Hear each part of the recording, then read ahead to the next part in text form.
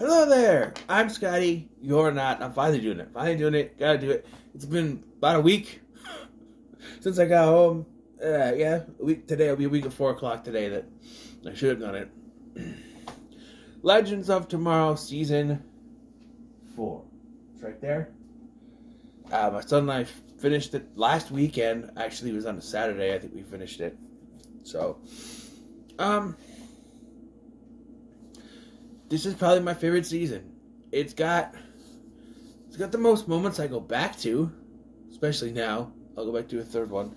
But continuing where the end of season 3 left off. So Amaya went back to Zambezi, whatever.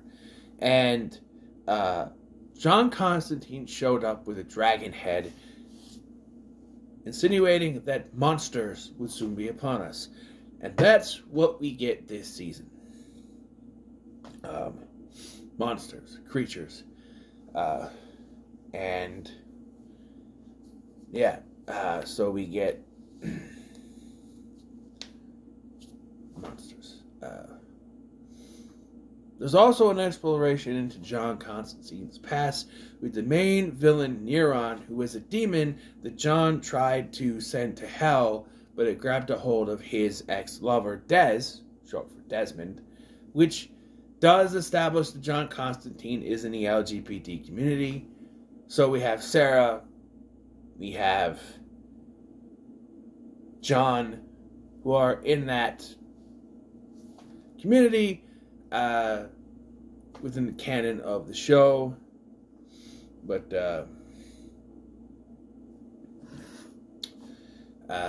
just so you know, I remember when I first saw that, I'm like, really?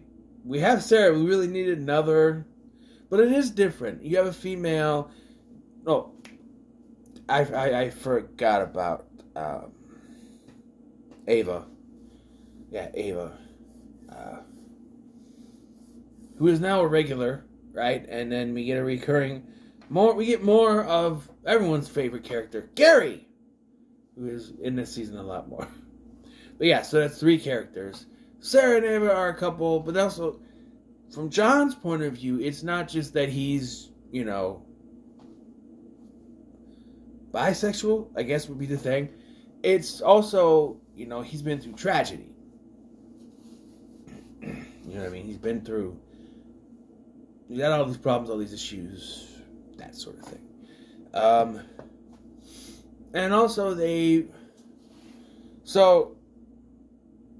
one of the big things was that while the character of Amaya Jaway left, Maisie Richardson Sellers was staying on the show. So what are they going to do? Well, during, I think, the second or third episode, they go to England in the 80s, I think it is, and they meet a shapeshifter named Charlie. And trying to get in their head, she turns into Amaya, from the disco picture that they have. And John takes away her power to shapeshift, which he never completely gives back, but she ends up being able to get it back somehow. I don't know. And so she's stuck in Amaya's form, which of course is going to mess with Nate because he had to let her go. He's been spending time at the Time Bureau, especially after finding out that his dad, Hank, is working. In the first episode, we get introduced that he and Roy try to rob the place, and it turns out to be his parents' place. And we introduced to Hank Jr., played by Thomas F. Wilson, in one of the greatest castings I've ever seen on a TV show. I mean, I was confused the first time I saw this. I'm like, Biff? But the way they play around with his character, because it's Thomas F. Wilson, because you know him as Biff, you're immediately distrusting of him. You don't know what to think of him, especially when they show that he's sort of in charge of the Time Bureau, because Rip Hunter sacrificed himself. There's no more anachronisms or anything. So what are they going to do? Well, they still got a job to do, but then you have, they have to prove. So Nate helps Ava prove that the Time Bureau is still needed, and then we get a tease that he's working with someone. later revealed to be Neron, still inside Dez's body. So he didn't stay in hell. And if I have one complaint with the character of Neron, it's that I like him when he's Dez. But for some reason, and you know, the Flash had this issue in their 4th season as well with Brainwave. Not Brainwave. That's Stargirl, huh? I'm talking about the Thinker. Where when it was Clifford DeVoe, when it was Neil Sandilands, he was great. But then they did the whole brain swapping thing. Here they only do it once. But he possesses Ray's body. And if I had to think of the least threatening member of the Legends, besides Gary, because he doesn't count, I would say Ray. Because she's just one of the sweetest people in the world. Speaking of Ray, he's also on an impasse. He's also on a path this season, having given Nora the Time Stone, and they need her help, and she surrenders herself. She surrenders. We'll get to that.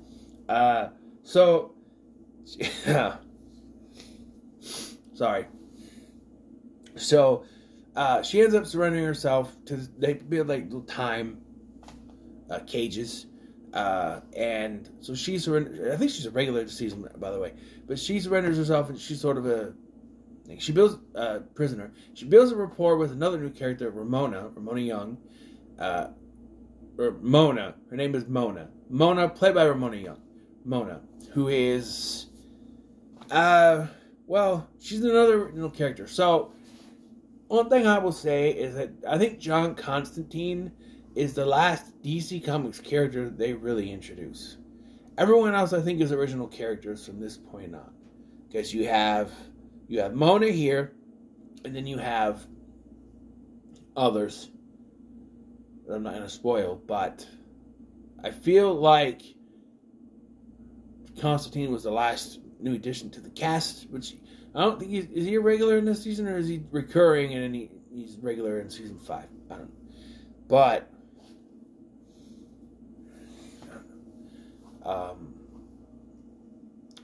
so Legends, this is the season where Legends finds its footing.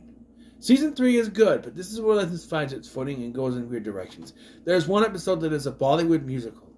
I asked my son, I said, you ever seen a Bollywood musical? He's like, oh yeah, have you ever heard of a Bollywood musical? He's like, no. I'm like, you're about to. They find this deity, and he creates a Bollywood musical, and like makes Zari fall in love with him, because I don't know, not a lot of people like this. I think it works, although confusing what they do following this season is very confusing with this relationship. But anyway, Nate and Zari become a thing. They work together on a mission, and they end up falling for each other. This is after Nate already finds Charlie looking like Amaya and everything, and so he moves on fairly quickly. And she pretends to be his girlfriend a couple of times, and then it sort of becomes a thing. But here in this episode, she's afraid to move on because she's had that life where she's always on the run. Anyone she's ever loved has died or left her. She is conflicted. So, of course she's going to have issues. And so she's thrown everything to the wind now with this magic Hindu god. And she's ready to marry this guy and tell the others. Mona, of all people, is the one who talks to her and gets her to, realize that this is not what she wants. Speaking of Mona, she becomes a werewolf of sorts. It's a tope, is the creature, but it accidentally scratches her, and well, she should have bled out. She doesn't. She heals and she becomes a tope, which is used with CGI, but also another actress, which is more I can say for Fuerza. It's season 7 and 8 in the Flash, whatever. Do they do the double for that one too, or no, I don't know, but no. And they treat them as two different entities too, I think. Wolfie, which is a weird, stupid, freaking name, but yeah.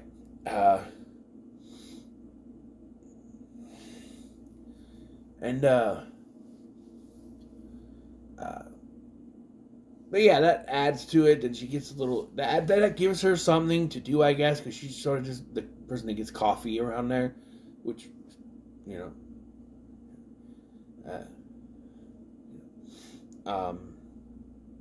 So some of the creatures they introduce a unicorn at Woodstock, which they say is the Woodstock Massacre, so I had to go back and stop it. There's a fun Friday the 13th throwback at a summer camp that it's, I don't remember what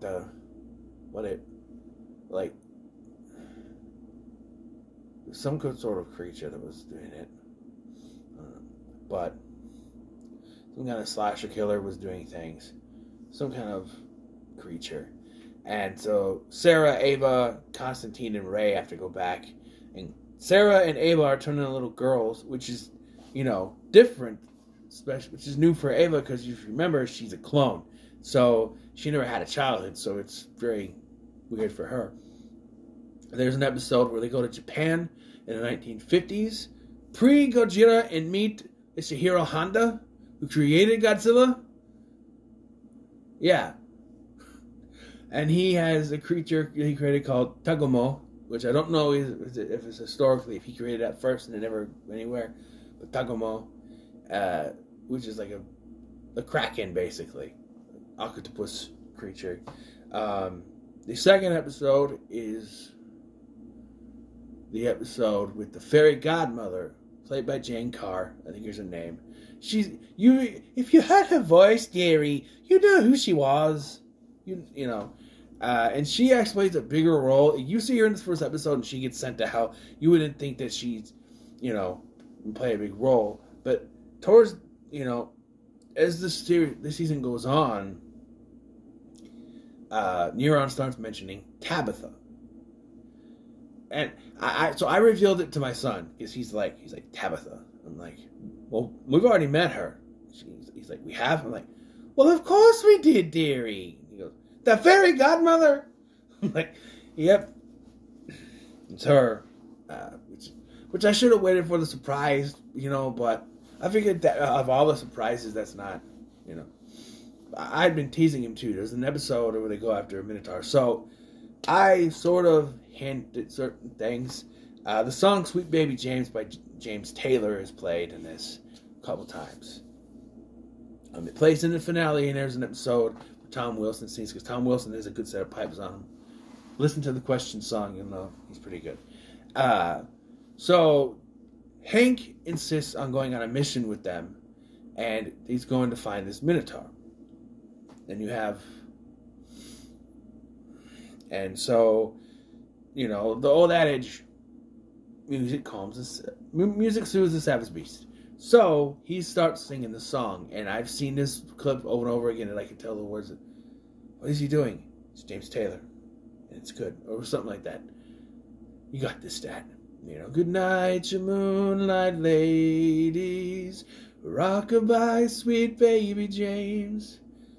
Deep greens and blues are the colors I choose. Won't you let me go down in my dreams? And a rockabye, sweet baby James. Yeah.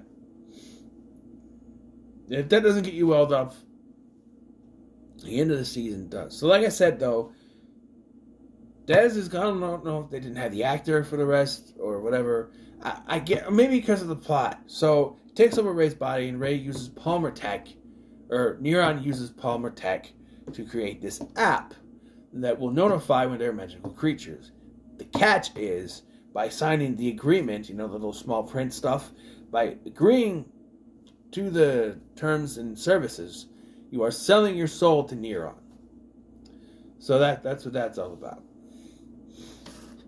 So, for Hank's part, Nate finds out that actually Hank's not a bad guy. He was doing this to get all the creatures to create Hayworld, which is something Nate drew about in a picture.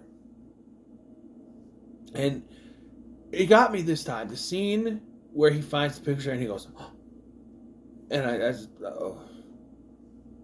a father myself, the father-son stuff, movies and TV is going to get me.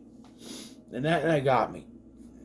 A father willing to go to great lengths, to even working with a demon to make sure that his kid's childhood, because we know that he and Hank didn't have the best, growing up. Hank's father was absent from his childhood, so he's, and I can actually kind of sympathize with Hank, too, not knowing my dad. But, So it all culminates at Hayworld. And so we are told that if Hayworld succeeds, if their plan works and Hayworld succeeds, Zari's future will no longer exist. Because now everyone will be in harmony with creatures and metahumans and everyone alike. It eliminates the future that Zari had. Which means that if it works, Zari would have never met the Legends, and she won't be around anymore. So the plan is for Zari to stay on the Wave Rider while the others do their thing.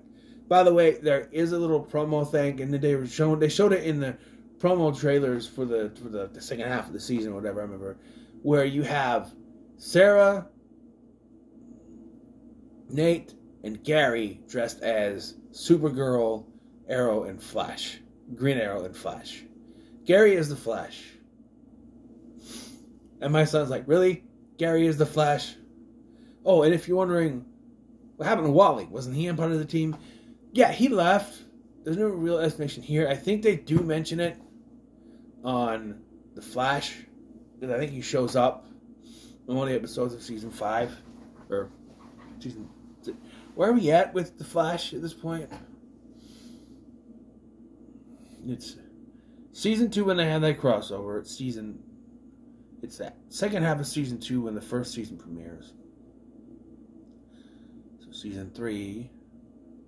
Season 2 and Season 3, Season 4. This is Season 5. Okay, so... Season 5, okay. Crisis doesn't happen yet. It's Elseworlds. Yeah, before we get to the climax...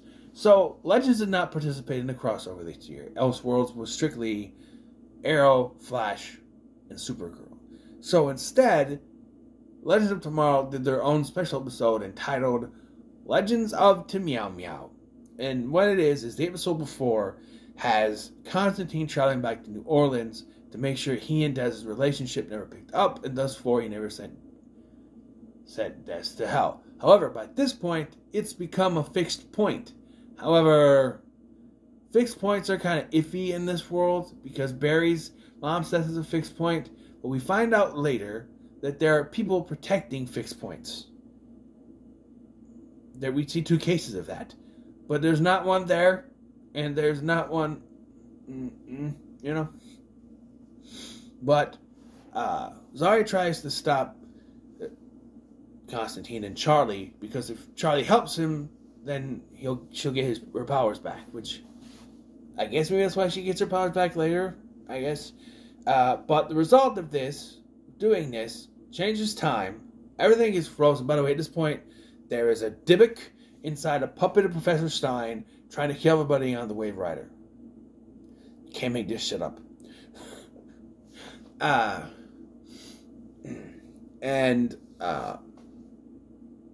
the point that it goes back to it at the end of Legends of Meow Meow episode, and my son's like, well, I forgot about that guy. Yeah, you kind of do, because it continues, which is one of the only things from the early seasons that stays here is that you have an episode that leads into the next one. So the result is that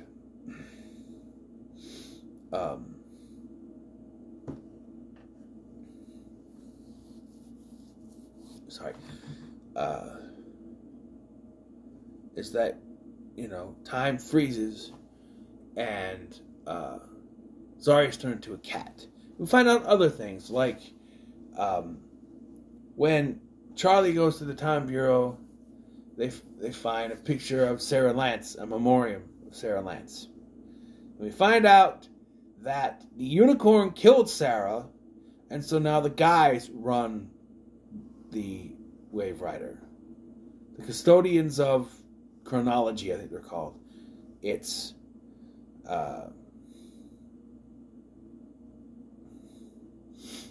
Ray, Nate, and Rory, but also Garima. Rory, Mick, becomes a romance writer about alien romance novels. One of those is Garima. They find the book. There's a special book, grimoire, whatever you call it, that allows Tugumo to become real, and so he creates Garima. Yeah.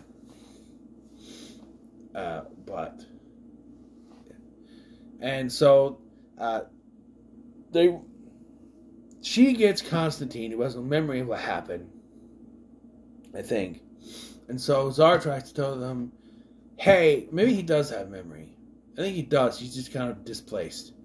So he turns Zari human again, because apparently Zari is a cat after they messed with the fairy godmother. But so they go back and stop Sarah from being killed by the unicorn by blasting it. But that changes things. Now the guys are dead because the fairy godmother killed them. And now it's Sarah, Ava, and Gideon as like a Charlie Angels team. Yeah, you can't. How Gideon is corporeal, I don't know. But by the way, this season introduces a new avatar look for Gideon, which my son doesn't like. It's a little more. There's the head that pops up looks different. It's it's not a see-through, I guess. I don't know. So they try to fix that. Charlie keeps on trying to fix it, and they realize that the only way to stop it is to go back and make sure that everything happens the way it's supposed to. So it's one of those things. It's kind of a filler, but it's it's their episode instead of the crossover because they're not in it. There's even a line during the Custodians of Chronology part where Gideon goes, "You're being called by Barry Allen, Cara Danvers, and Oliver Queen." He's like, sounds like the annual crossover. Hard pass. Something like that. Yeah, so to the finale. Neron is in Ray's body. He's got all these people. They are... Zari meets a younger version of herself. And so, on one of the missions, Nate and Zari get a dragon egg, which they treat as their child. And they call him Rexley? Rexley, I think. Something like that. While Zari and Charlie are hiding, they leave the egg at Zari's house in 2019. Yeah, I know, it's stupid. Just go with it.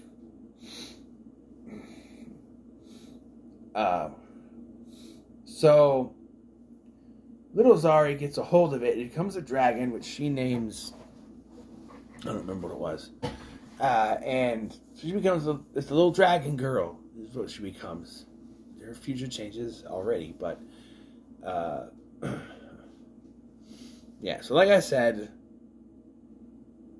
they put on a show with the Hey World and it's a success, and then Neron, Ray, and Tabitha come in with the dragon, and there's a big showdown to the dragon.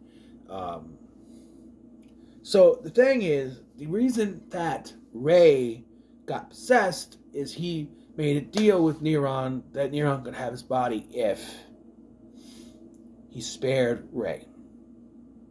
Also, Nora becomes a fairy godmother because Tabitha tricks her into taking her responsibility because Mona was dying, and so she says, if you take my power, you can save her, and which in hindsight, that's a stupid thing you could think would work. If she can't do it now, makes you think you can do it then. So she gets the power. She tries to heal Mona, but she can't do it because she serves Gary. And Gary sends her to hell to help find Constantine and Ray. And while Constantine is in hell looking for Ray's soul, he finds Astra. We're introduced to Astra as he's bargained with by one of the demons, and it's like, hey, you could have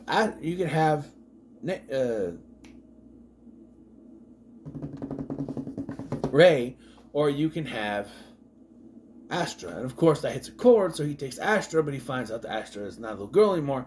She's all grown up and she doesn't want to go back. She's working for hell now. So it was a trick. Although, if he made a deal, then technically they should give him the little girl version. They should, whatever.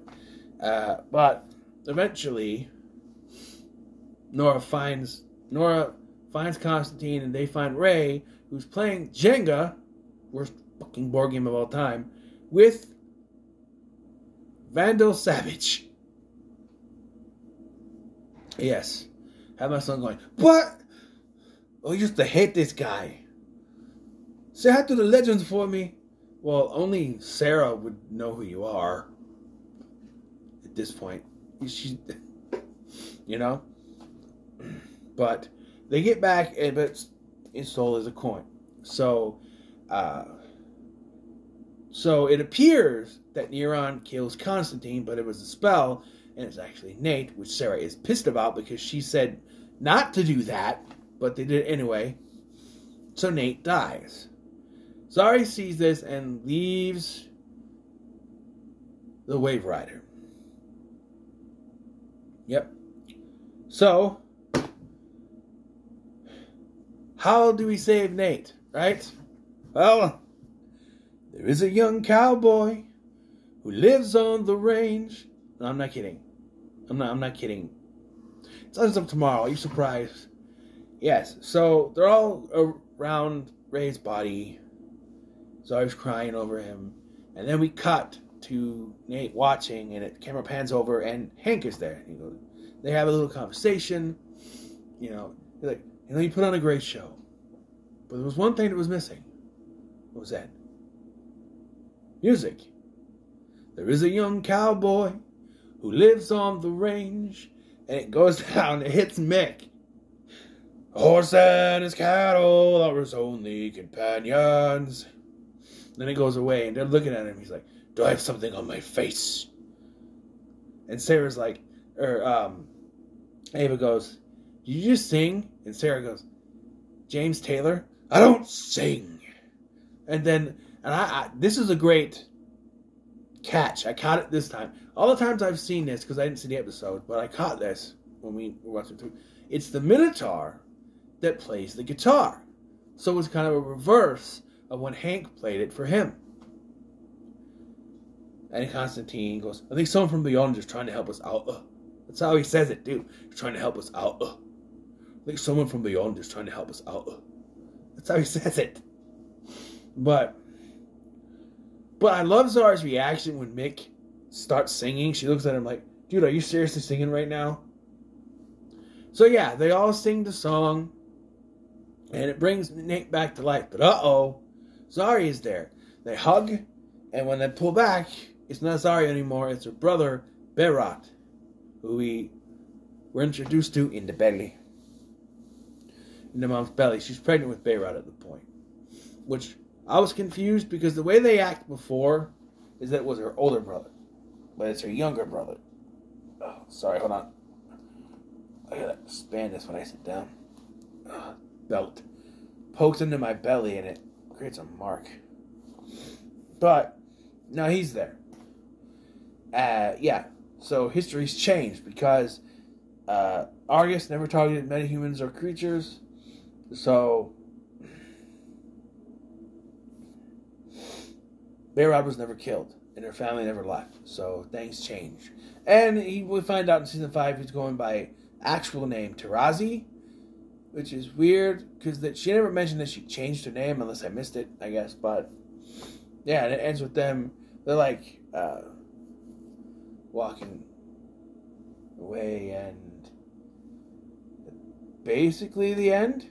Is there a cliffhanger? I don't think so. I think it ends here because there's not really anything. So the first episode of season 5 is technically the crossover episode. On the DVD, it says episode 1, but other listings listed as episode 0. But yeah, because Legends was starting the next year after the crossover. So the Crisis on Infinite Earths crossover. So the first episode of Legends technically is the last episode of Crisis, and then we get to the actual season. But yeah, I think it ends there because I don't think we get any hints as to where anything goes because of that big reveal of Barad. So yeah, but overall, I think this is a fantastic season. I think it's probably the best. This is where it really goes for it. Seasons 3, 4, and 5, I've been told, Erod, the Blockbuster Buster, he said in his look back, he said seasons 3 through 5 are the best seasons, and I'm inclined to agree, especially season 4. I think season 4 goes for it. Season 5 so far is pretty good. It's got the goofiness. There is a tease. See, when they were down in Hell, I forgot about that. When they were down in Hell, they showed the soul tokens, and they showed Astra stealing a few. And so she goes to cash them in. It's like Genghis Khan and famous bad guys. Genghis Khan. There's a gangster guy so far. But yeah, there's famous villains throughout history. But I don't think Hitler is one of them. Could be. I don't know. Joseph Stalin was one of the coins. I don't think we meet him, though. But yeah, I think... No, Julius Caesar was season 3. That's right. But, yeah, when we get to season 5, we will not be talking about the 100th episode because these seasons are so short. They're like 13 to 16 episodes, maybe 18 is the max. We don't get to 100 until season 7. And I let me tell you something. I watched the 100th episode like last week, a couple of weeks ago now, and I was thrown off because we were on season 4 at the time, in the middle of season 4. So going from that to watching that, and that's 3 seasons later, and it's just like, wow, that's a big jump, isn't it? Oh, and I haven't told my son that the series ends on a cliffhanger. I haven't told him. Well, I'm not gonna say anything either until we get to that episode and be like, that's it. That's how it ends. It's like, what? That's it? Yeah. But yeah, I think season 4 may be the best season of the show. I think the show's peak for sure. Really good show. So, what are your thoughts on season 4 of Legends of Tomorrow? Look how much like, share, subscribe. Thank you for watching. I'm Scotty, and I'll see you in the next one. I surrender.